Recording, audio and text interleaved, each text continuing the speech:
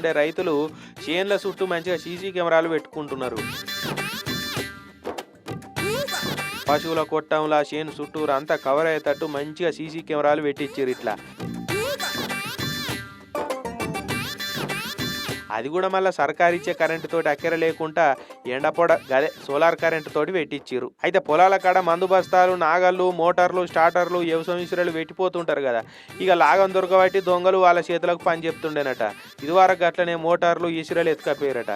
ఇక అట్లా ₹1000 పెట్టి కొనుక్కొచ్చిన ఇసురలను ఎత్తుకపోవడు చూసి ఇట్లా కెమెరాలు పెట్టుకుంటే దునియా లేడునా చూసుకోవచ్చు. కావలి మనిషి ఉండే అక్కర కూడా ఉండదని ఇగురం చేసిరట. ఇక ఇప్పుడు ఏం భయం లేకుండా బాయికాన్నే షెడ్ వేసి కోళ్లను, గొర్రెలను, పశువులను కూడా కట్టేసిపోతురట.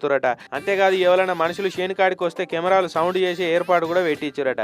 కోతులు వచ్చినా, కుక్కలు వచ్చినా కూడా కెమెరాలలో చూసి మైకుల సౌండ్ చేస్తే అవే ఉరుకుతున్నాయట.